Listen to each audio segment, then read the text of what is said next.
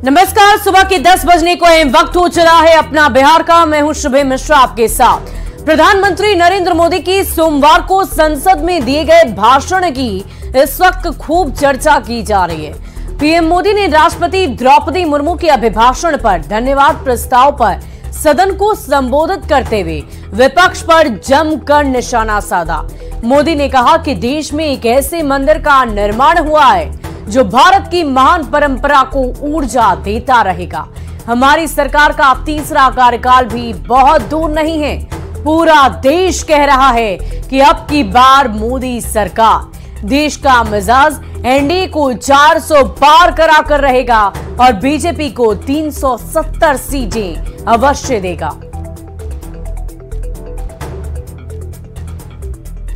NDA को तो 400 पार करका ही के रहेगा, लेकिन भारतीय जनता पार्टी को 370 सीट अवश्य देगा।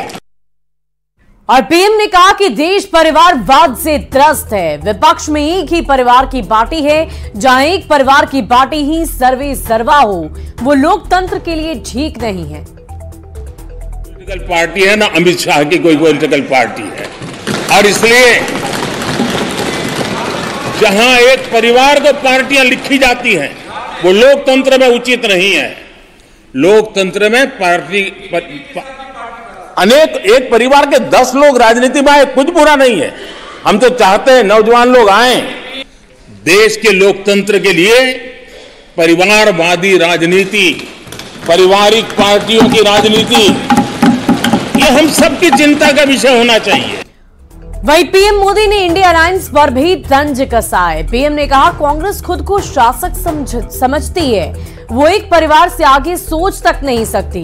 कुछ दिन पहले भानुमति का कुनबा जोड़ा और अब अलायंस का अलाइनमेंट बिगड़ गया है। इनको एक दूसरे पर भी भरोसा नहीं। लोगों ने नया नया मोटर मैकेनिक का काम सीखा है और इसलिए अलाइनमेंट क्या होता है उसका ज्ञान तो हो गया होगा, लेकिन मैं देख रहा हूं अलायंस का ही अलाइनमेंट बिगड़ गया।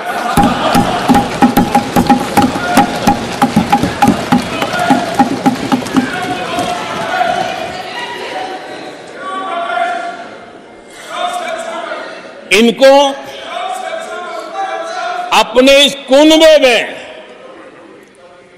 अगर एक दूसरे पर विश्वास नहीं है तो ये लोग देश पर विश्वास कैसे करेंगे।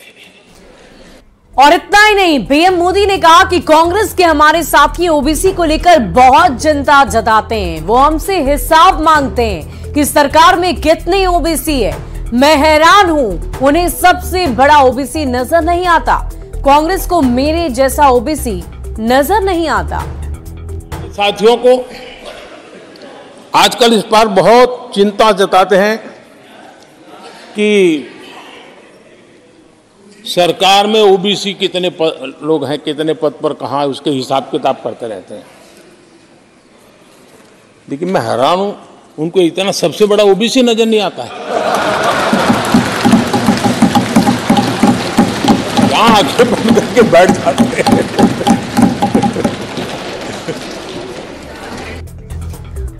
वहीं पीएम मोदी ने कहा कि कांग्रेस पार्टी और यूपीए सरकार ने ओबीसी के साथ न्याय नहीं किया। कुछ दिन पहले ही कर्पूरी ठाकुर को भारत रत्न से सम्मानित किया गया। 1970 में जब वे बिहार के मुख्यमंत्री बने तो उनकी सरकार को अस्थिर करने के लिए क्या क्या नहीं किया गया। कांग्रेस ओबीसी को बर्दाश्त नहीं कर सकती। कुछ दिन पहले जब कर्पूरी ठाकुर जी को भारत रत्न दिया, हमने वो सम्मान किया। लेकिन याद करिए, उस कर्पूरी ठाकुर अति पिछड़े समाज से ओबीसी समाज के उस महापुरुष के साथ क्या व्यवहार हुआ था, किस प्रकार से उनके साथ जुल्म किया। 1970 में बिहार के मुख्यमंत्री बने तो उनको पद से हटाने के लिए कैसे कैसे खेल खेले गए थे। उनकी सरकार अस्थिर करने के लिए क्या कुछ नहीं किया गया था। आदरणीय अध्यक्ष जी, कांग्रेस को अति पिछड़ा व्यक्ति बर्दाश्त नहीं हुआ था। 1987 में जब कांग्रेस के पास पूरे देश में उनका झंडा फहरता था, सत्ता ही सत्ता थी, तब उन्होंने कर्पूरी ठाकुर को प्रतिपक्ष के नेता के रूप में स्वीकार करने से मना कर दिया। और कारण क्या दिया? वो संविधान का सम्मान नहीं कर सकते। जिस कर्पूरी ठाकुर ने पूरा जीवन लोकतंत्र के सिद्धांतों के लिए, संविधान की मर्यादाओं के लिए खपा दिया, उनका अपमान करने का काम कांग्रेस पार्टी ने किया था। वहीं संसद में पीएम मोदी के बयान से विपक्ष में खलबली मची हुई है।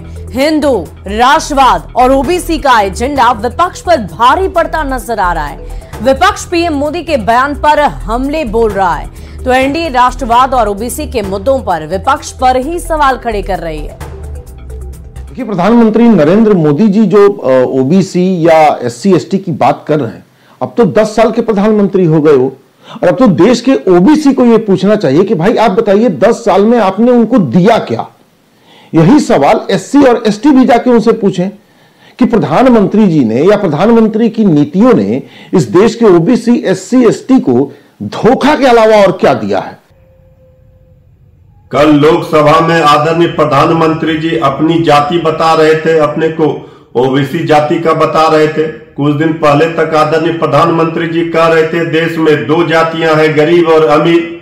अब क्या हो गया? ये चुनाव के लिए राष्ट्रवाद और ओबीसी कार्ड, जाति कार्ड आदरणीय प्रधानमंत्री जी खेल रहे हैं।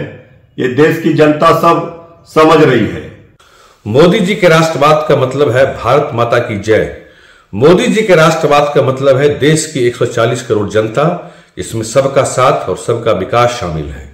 मोदी जी के लिए जाति का मतलब है ज्ञान, जी फॉर गरीबी, वाई फॉर युवा, ए फॉर अन्नदाता यानी किसान, एंड फॉर। आदरणीय प्रधानमंत्री जी ने बहुत ही महत्वपूर्ण बात उन्होंने कहा है। राष्ट्रवाद की बात उन्होंने कही है, ओबीसी के उत्थान और विकास की बात उन्होंने कहा है, और हमारे नेता आदरणीय नीतीश कुमार जी ने यह तो करके दिखाया है।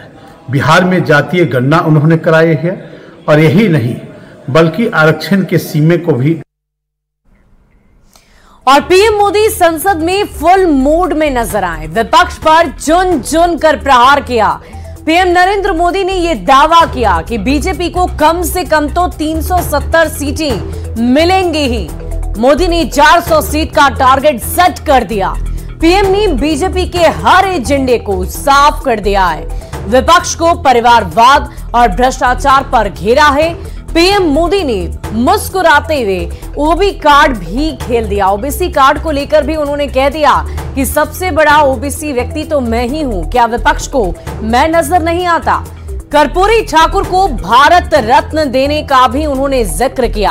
हाल फिलहाल में ही कर्पूरी ठाकुर को भारत रत्न से सम्मानित किया गया है। कर्पूरी के बहाने कांग्रेस पर उन्होंने निशाना साधा, अपनी सरकार को ओबीसी हितैषी बताया है। पीएम नरेंद्र मोदी ने यह दावा कर दिया कि कांग्रेस ओबीसी के प्रति भेदभाव रखती है। उन्होंने खुद की तरफ इशारा करते हुए कहा कि कांग्रेस को इतना बड़ा ओबीसी नेता नजर नहीं आता क्या? मैं हैरान हूं। इसकी भी चर्चा उन्होंने की। लोकसभा चुनाव बस कुछ दिनों में ही होने वाले हैं। 2024 में विपक्ष ओबीसी कार्ड खेलने की तैयारी में है। मोदी ने खुद को ओबीसी बताया। विपक्ष की जातीय जनगणना और आरक्षण के दाव को कूंद दिया है। लेकिन देखिए, जब वो अपने अभिभाषण दे रहे थे, सदन में अपनी बातों को रख रहे थे, तो उन्होंने चुन चुनकर एक एक मुद्दे को लेकर विपक्ष पर निशाना साधा और अपनी बातों को साझा किया। और आगामी लोकसभा चुनाव में अब महज कुछ ही दिन शेष रह गए हैं, कुछ ही दिन बाकी है, और ऐसे में देखने वाली बात होगी कि इन मुद्दों को जिन्हें सदन में उठाया गया है उसे जनता कितना स्वीकारती है और आगे कैसे बढ़ती है। बढ़ते अगली खबर की ओर। नियोजित शिक्षकों के लिए सक्षमता परीक्षा अनिवार्य किए जाने के बाद शिक्षकों ने बवाल कर रखा है। 13 फरवरी को आंदोलन और सक्षमता परीक्षा का बहिष्कार का ऐलान कर दिया गया है, जिसके बाद अब शिक्षा विभाग ने भी सख्ती दिखा दी है। के पाठक के आदेश पर एक पत्र जारी कर दिया गया है, जिसमें आंदोलन में शामिल होने वाले शिक्षकों के खिलाफ कार्रवाई का आदेश दे दिया गया है। जिस भी जिले के शिक्षक 13 फरवरी के आंदोलन में शामिल होंगे, वहां के डीन को उनके खिलाफ प्राथमिकी दर्ज कर कार्रवाई के आदेश दिए गए हैं। आपको बता दें कि नौकरी में बने रहने के लिए के पाठक कमेटी ने सक्षमता परीक्षा को अनिवार्य कर दिया है। परीक्षा में बैठना अनिवार्य होगा और 3 बार ही मौका मिलेगा। तीनों बार में भी जो नियोजित शिक्षक परीक्षा पास नहीं करेंगे, उनकी सेवा को समाप्त कर दिया जाएगा। विभाग के इसी आदेश का नियोजित शिक्षक विरोध कर रहे हैं।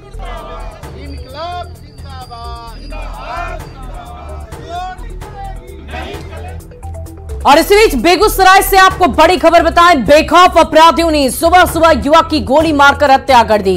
घटना खोदाबंदपुर थाना क्षेत्र के बरियारपुर पूर्वी पंचायत की बताई जा रही है। मृतक की पहचान बरियारपुर पूर्वी निवासी नागेश्वर महतो के बेटे प्रहलाद कुमार के रूप में की गई है। परिजनों ने गांव के ही गुड्डू कुमार नाम के व्यक्ति पर गोली मारकर हत्या करने का आरोप लगाया है। घटनास्थल से 4 खोखा बरामद किए गए। फिलहाल खोदाबंदपुर थाने की पुलिस मौके पर पहुंचकर इस पूरे मामले की तहकीकात में जुट गई है।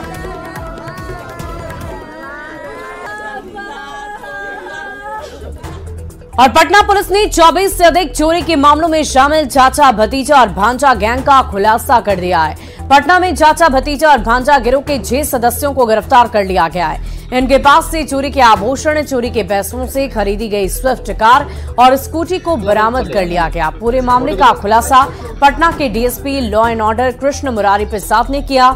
डीएसपी की माने तो 2 दर्जन से अधिक फ्लैट्स में इस गिरोह ने चोरी की वारदात को अंजाम दिया है।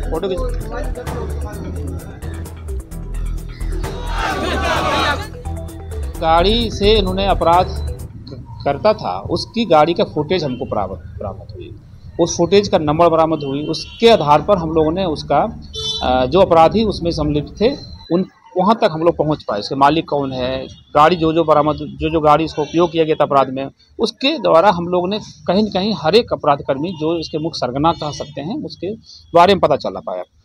उसके बारे में जिसका अनिल महतो नाम है, उनके बारे में और भी हम लोग अनुसंधान प्रारंभ किया। आगे तो देखा कि उन्होंने अगस्त में ही जेल से छूट करके बाहर निकला है। और इस बीच बाढ़ से आपको बड़ी खबर बताएं, सहजानंद नगर के बकामा पंचायत की मुखिया के घर पर बाइक सवार अपराधियों ने ताबड़तोड़ फायरिंग कर दी। गनीमत रही कि फायरिंग में किसी को भी गोली नहीं लगी। पूरी वारदात का सीसीटीवी फुटेज सामने आया। मुखिया के पति का कहना है कि इसके पहले उनके भाई की हत्या कर दी गई थी। फिलहाल पुलिस पूरे मामले की तहकीकात कर रही है। और अधिक जानकारी दे रहे हैं संवाददाता अनिरुद्ध। अभी हम खड़े हैं बाढ़ थाना के शाहजहां नगर में। ये वो इलाका है जहां अहले सुबह करीब 6:30 या पौने 7 बजे के आसपास बकमा के मुखिया और उनके पति पैक्स अध्यक्ष जो सुबह यहाँ अपने ऑफिस में बैठे हुए थे, बाइक से 2 हेलमेट सवार अपराधी आते हैं और तबातोड़ 2 राउंड फायरिंग करके यहाँ से फरार हो जाते हैं। फायरिंग ये वो स्थल आपको दिखा रहे हैं। पहला फायरिंग इस गेट पर हुआ है जो पूरी तरह से चकनाचूर हो गया है।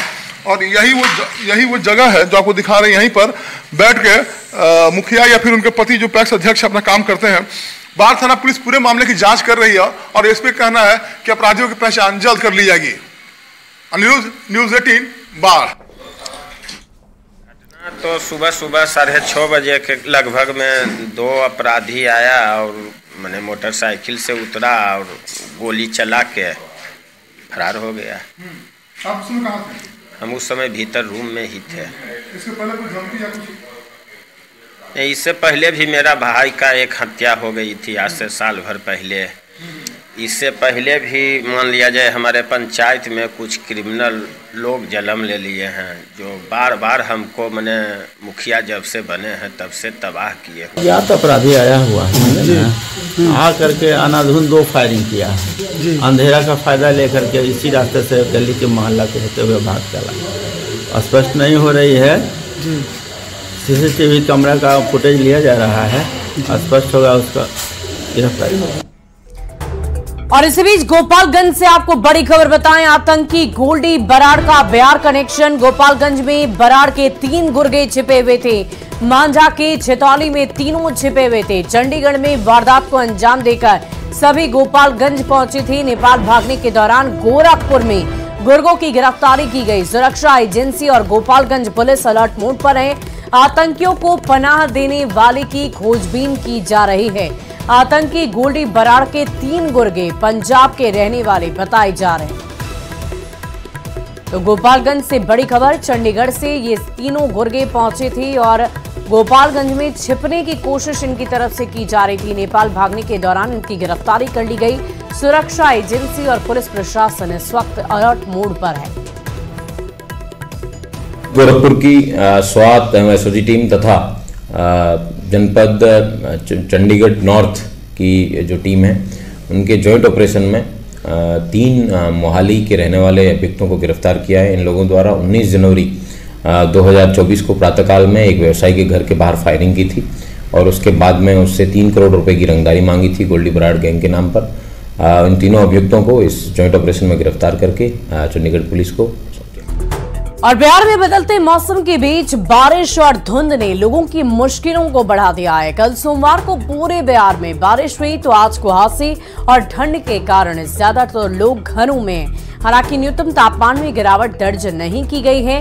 इसके कारण लोग राहत की सांस ले रहे हैं। जायजा लिया संवाददाता शैलेंद्र ने। बिहार के मौसम में लगातार बदलाव देखा जा रहा है। खासतौर पर यदि हम बात करें तो पटना की, तो पटना में इस वक्त धुंध है, लेकिन कल तेज बारिश हुई पूरे बिहार में और इससे लोगों को काफी मुसीबतों का सामना करना पड़ा। हालांकि जो न्यूनतम तापमान है उसमें गिरावट नहीं दर्ज की गई है, जिसके कारण लोगों को थोड़ी राहत जरूर है। लेकिन मौसम विभाग की माने तो बारिश के आसार अभी भी बने हुए हैं। बिहार के कई इलाकों में बारिश हो सकती है।